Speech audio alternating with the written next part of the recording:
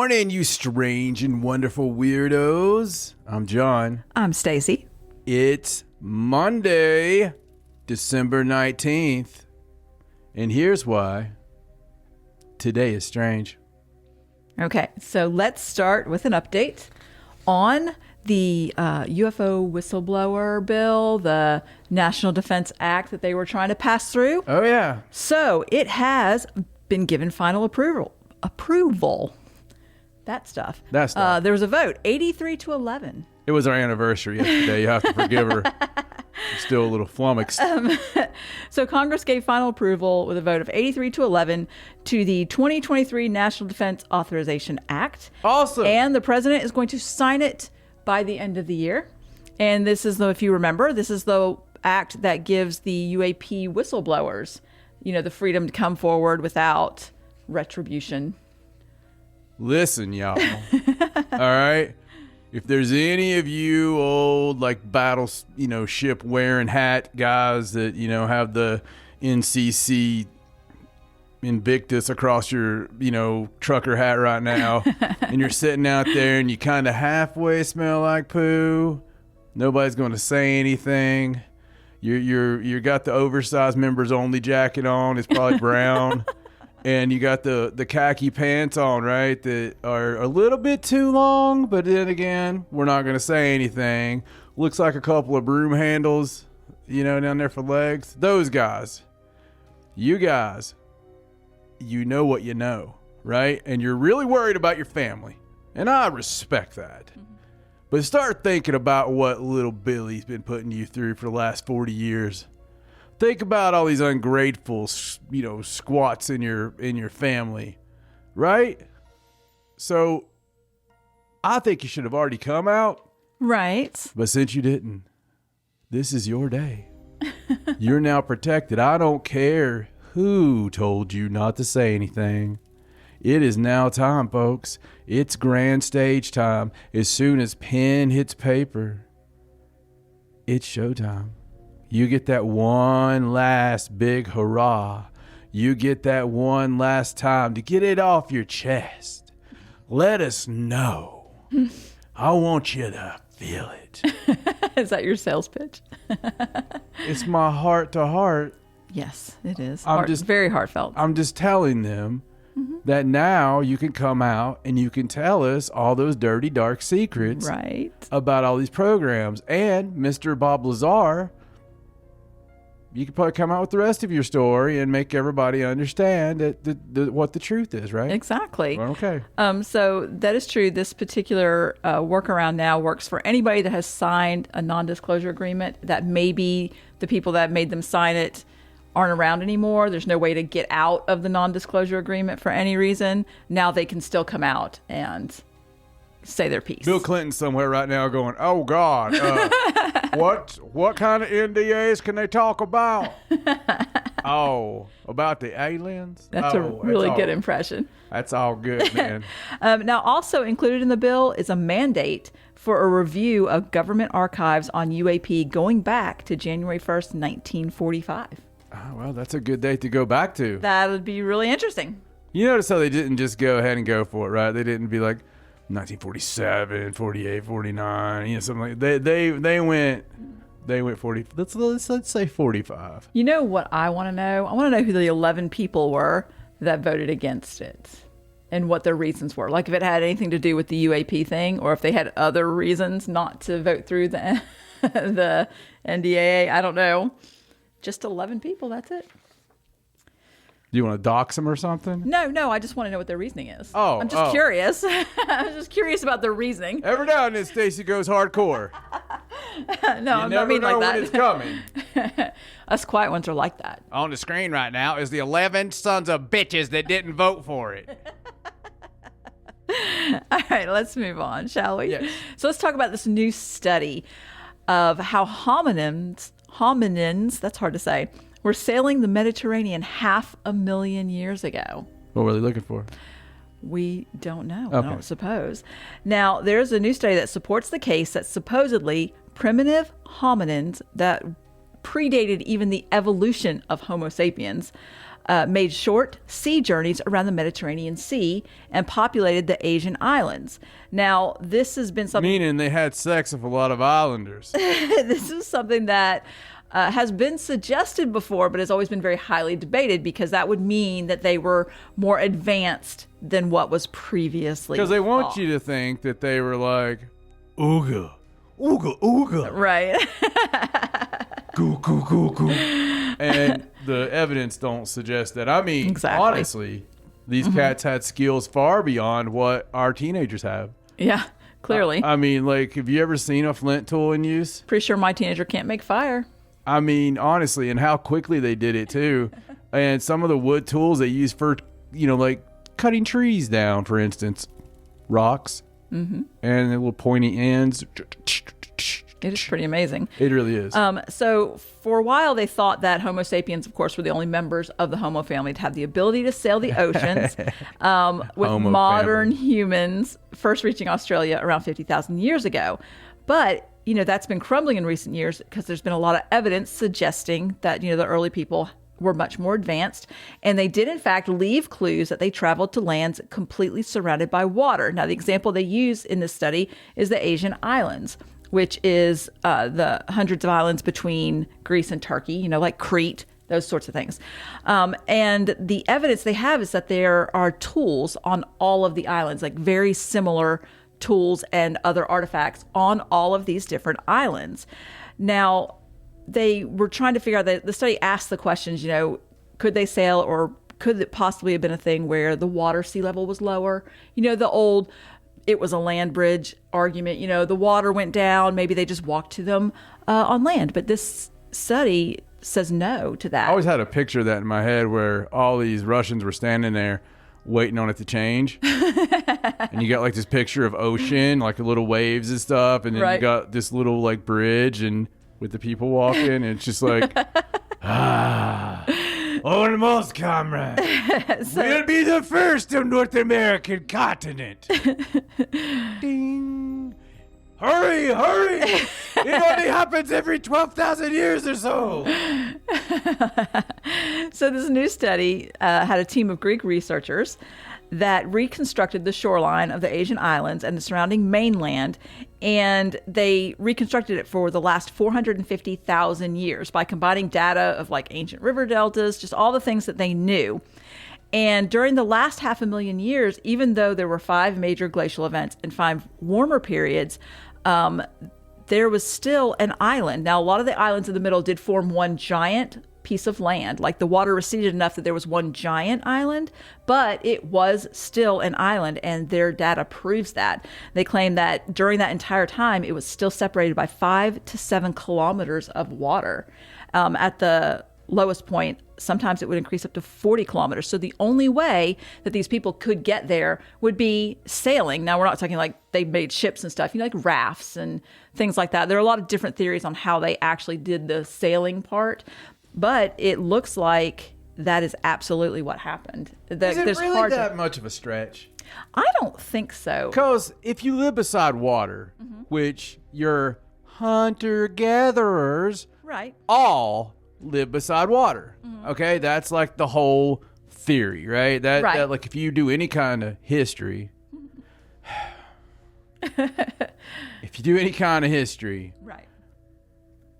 you'll know that the hunter-gatherers usually stayed beside rivers and streams. And, Right, because that's where the animals come. And yeah, and they would kind of go with the animals as the animals went and blah, blah, blah. And a lot of times you could find a lot of your evidence for hunter-gatherers, civilizations and stuff, the nomadic tribes and stuff. Right. In the water, in the mud, that kind of thing.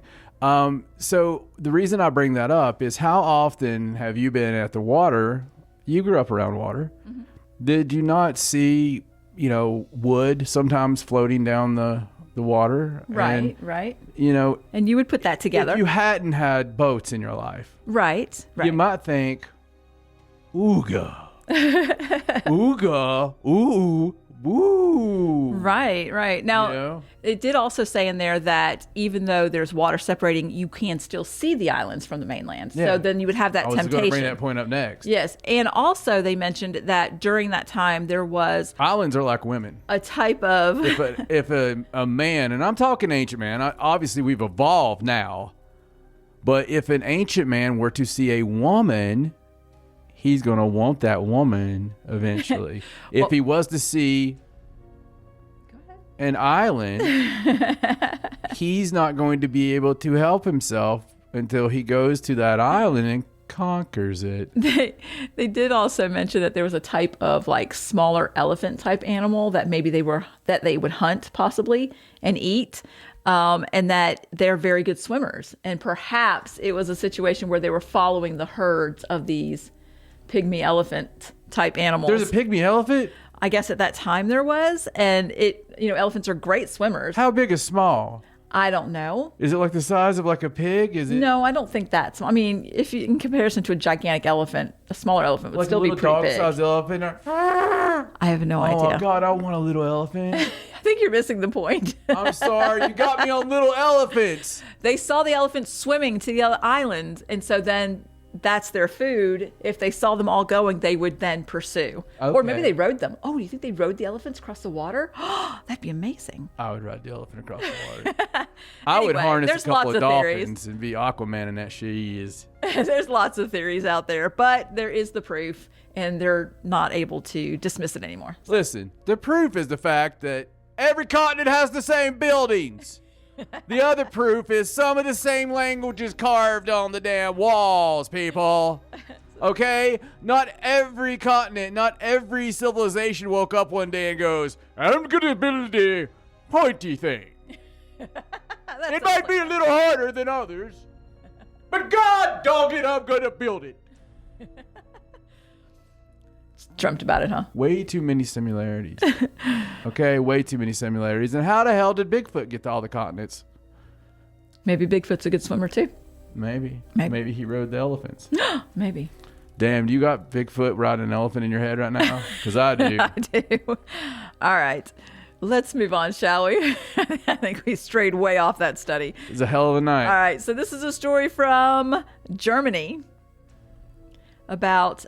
Did you want me to say something in German? Because I felt like you did. No, I just make sure you're paying attention. I have to be careful with that. It sounds really bad. I thought you were saying something. Yeah, no. I stopped. The last time I said something in German, it just sounded like okay, like vengeful. All right, so story from Berlin. You ready? A 50-foot high, 264,000 gallon cylindrical tank called the Aquadom burst and spilled all the water out into the street in Berlin. It was horrifying. The whole place looks post-apocalyptic now. It was housed at the Radisson in the German capital of Berlin. It was a huge cylindrical aquarium, had an elevator in the middle that visitors could ride to see all the sea life. It housed about 1,500 fish. And at 5:45 in the morning, bam, the whole thing just broke. Water, 264,000 gallons of water spilled out through the hotel, tearing up everything out into the street. None of the fish survived. It was very cold outside anyway. Oh, no. And luckily, most of the visitors in the hotel were still in their rooms. They said if that had happened just an hour later, it would have been very devastating. People on the elevator. Yeah, well... people in the lobby would have been hurt worse, I think, because the water went out. I think if you were in the middle in the elevator, you probably would have been okay. Because it's terrible. Pictures are horrible. The impact of the water erupting. Did the fish travel through the hotel? They went right out into the street, yeah. I mean, with the water, there was pictures of dead fish all over the street. It's not funny. It's terrible. The impact of the water erupting onto the street was so powerful that local seismographs picked up on it. Several shops nearby were damaged.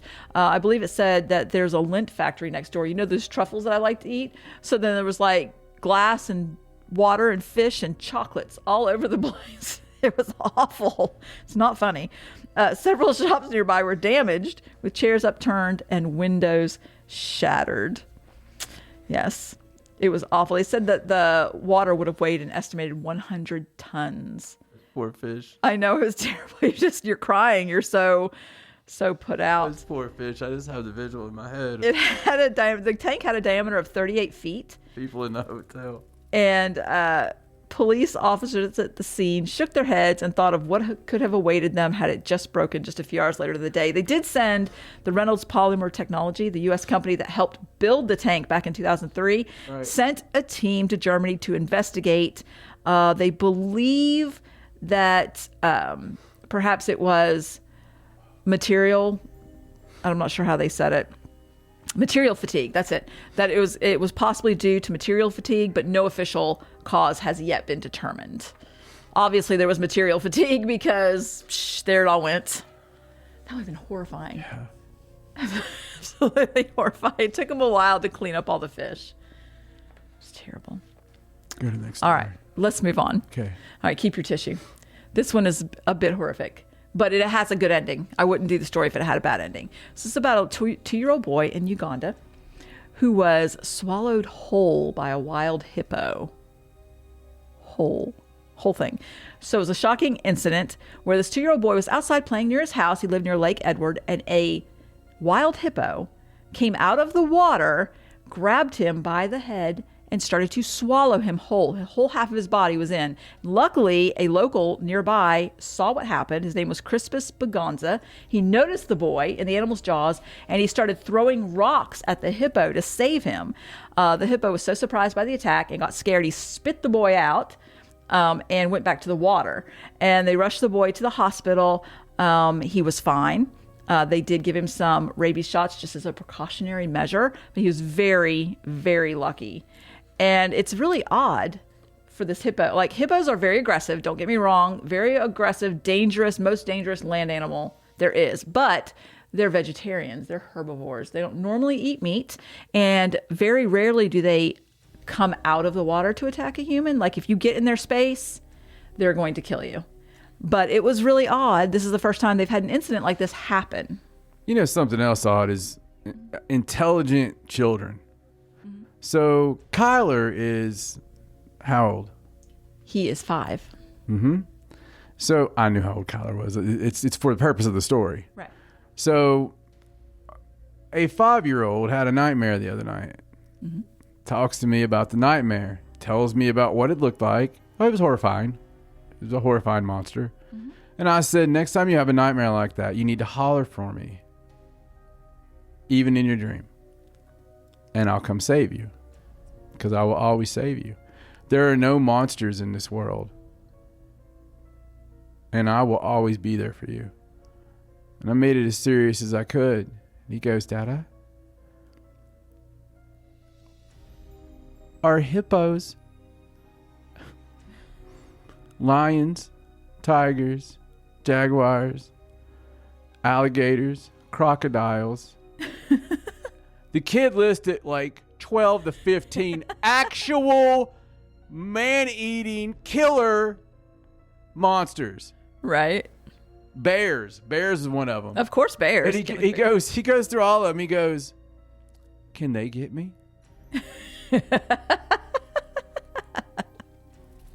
And I was like trying not to sell, right? I'm trying not to put it over. I'm like, you're more than likely never going to be around any of them unless we're in a zoo. What about bears? Well, if a bear were to attack you or try to, you would be fine because I would attack the bear and let you run away. 5 years old. Okay? I had to mention it because, you know what? There are monsters. The funny thing is, I totally believe there's monsters out there, but I just didn't want to. You didn't want to scare the kid. Yeah. Right. Well, that was a horrific story. I couldn't imagine the feeling of seeing your toddler being eaten by a hippo. And how lucky, this is how lucky he was. Do you think he hit the hippo in the balls? No, he with the wasn't. rock? He wasn't throwing rocks. Not the kid. Oh, I don't know. CRISPR. I have no idea. The kid. Hey, kid hashtag cheers for CRISPR. Yes, And be careful how you spell it. I don't want to think that we're celebrating the cloning thing. Crispus. Yes. It's like the Greek version of Crispus Bagonza. That is a name. When hippos bite, they can bite a canoe in half. So just the fact that this hippo didn't bite down. A regular canoe or like a Neolithic canoe? Probably any canoe he wants to bite in half. Okay. So just the fact that he didn't bite down was very... Do you think maybe he's playing with the kid? You think maybe the hippo is like... Oh, he just wanted to have fun like a cat? Like he's just, maybe. I've never had a pet hippo, so maybe the kid controls animals with his mind. Don't know how that he wanted to see what was in there. Maybe the hippo had a sore tooth and he was wanted you think Aquaman could control hippos since it's kind of a water animal? I have no idea. Not my area of expertise. It's not just fish, because he did control dolphins. That's splitting hairs, I know. A little bit. But I don't know. Maybe. They do spend a lot of time in the water. All right, let's move on. Bothered me even as a child. Okay. So he controls mammals, eh? Wow. Okay. So let's move on. Let's talk about a couple who won the lottery recently and have credited their win to a lucky stray black cat. No, well, good. Such good a news nice for a black cat. story. Finally. Right. So Tony Pierce and his wife, Deborah Pierce, from Southend, started to feed a stray cat that they named Billy, a black cat. They named him Billy. And he was a stray. And at the time, they were in a bit of financial difficulty. They were struggling. His husband was out of work. Tony and Deb, yeah. Tony was out of work. He had been ill. They were down in their luck. It was to the point where they thought they were going to lose their house. They were having such a hard time. But they happened to find this stray black cat, and they decided to start feeding him. Anyway, despite the fact they were having trouble. And 6 months later, they won £1 million national lottery and changed all their luck. And they credit it to having this new stray cat. They call him Lucky. Well, they don't call him Lucky. His name's Billy, but he said he was lucky. They used the money to fix up their home, to not lose it. They fixed it up. They remodeled it. They made it their perfect little slice of heaven. They've taken a holiday, and they kept the cat, who they lavish with lots of good food. It was funny because when she was doing the interview, she claimed that the cat ended up being diagnosed with diabetes. He has to have shots twice a day. They're very expensive. But, of course, they do that for him. They get him food that he likes, and she says that if she feeds him the same flavor of food a couple days in a row, he'll stop eating it and turn his nose up at it and want something different. And then there's this one that has peas in it. So when she gives it to him, she digs the peas out. And she said, I don't know who actually won that money and who serves who, because I'm digging peas out of my cat's food. Welcome to Camp Parrot. Yeah. Cat Parenthood. But I thought it was a really cute story. I think it's funny. I think the perspective on it's maybe a little weird. Maybe the cat's not lucky. Maybe it's the fact that they gave to the cat, even though they were down on their luck. Do you know what I mean? Like, they put positive energy out in the universe. They gave what they had, even though they didn't have it to give. I'm stuck on the Billy thing. What, they named the cat Billy? Yeah, because of the dream. Just Billy, not silly Billy. Our cat, Ariana, our daughter, had a dream and told us that she had a dream with the cat that he was in it, and he told her that his name was Silly Billy, or she called him Silly Billy in it and stuff. And we were theorizing that maybe it was a past cat life. Maybe. And we call him Silly Billy sometimes to see if he'll answer. Did you notice the other coincidence in this? I did notice that. You did? Yeah. Okay. It's an interesting story. Shall we move on? Sure. Okay. So here's a story from Illinois. Henry County, Illinois, about a man who uncovered a time capsule from a barn that he was taking down. It was a rotting barn, and he was taking it down and getting rid of all the wood and things, and he found a mason jar enclosed in concrete that had a time capsule in it from 1894. Wow. He's a little bit confused about what was in it. He said there was a newspaper dated August 10th, 1894, an issue of Ayer's American Almanac, which would have listed all the standards of American medicines used in the 1890s, a notebook or a storybook, which has been severely damaged, so they can't really tell exactly what it is, and one single black shoe, which is the confusing part, obviously. One shoe, just one shoe, almost like a bunch of guys got together to do a time capsule and one guy didn't have anything, and so maybe he had one leg. He was like, maybe. I don't know. Very interesting. He shared his find on Reddit so that people could suggest what maybe it meant, but I don't think anybody came up with any good ideas. of what the one she was. Why do people make time capsules that are not airtight? I mean... No one ever finds a time capsule worth of crap. Right. Well, this one was actually better than most because it was in concrete. But yeah, it was not airtight. Well, I mean, do people like make time capsules like, hey, anybody got any twine? Twine. Well, I mean, in 1894, do you think they were like, we need to make this hermetically sealed tight with no air? What about, use tissue paper? Yeah, we want to put something in here. A crayon. Anybody got a crayon? Other than that, I need a raisinette. Okay, we're ready. I think they'll love this in 100 years. They'll figure it out. It's so obvious. It's so obvious. All right. Yes. I'd love to open a time capsule and it'd be like, like porn from the era. That would be interesting. They took nudie pics as soon as cameras were made. Absolutely. That'd be cool. All right. Are you ready? Mm-hmm. Okay, last story. So this is from Tennessee. The Tennessee Bureau of Investigation is investigating the fact that a transportation department worker discovered a human heart in the salt pile. This is from Humphreys County, and the Humphreys County Sheriff Chris Davis told the TV station that the government employee found the heart in a salt pile at the transportation facility in McEwen, Tennessee. And after initial examination, it was determined that the heart belonged to an adult male. They have no idea where it came from or how it got to be in the road salt pile. But the TBI special agents are working along with deputies to investigate the discovery. They're doing additional DNA testing in an attempt to determine its origin. Do you think maybe he dried out like a snail? Like all the rest of him? I don't know. I was thinking like they should talk to the guy that found it because, they got to work and he was like, I'll get the salt. Hang on. Oh, hey, look what I found. Wow. Weird. Yeah, that is weird, though. It is very weird. Like, I don't know why it would just be the heart.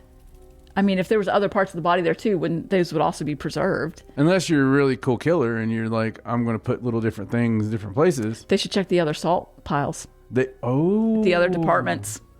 Wow, that's a good one. Mm-hmm. Find a leg in one. A liver somewhere. Like, listen, you dumb rednecks. Go check the other salt piles, like, now. Mm-hmm. Holy crap. If they found, like, a dong or something in one of them, they might want to wait till it gets warmer, though. Maybe. It'd be easier to find. True. And that's why today is strange.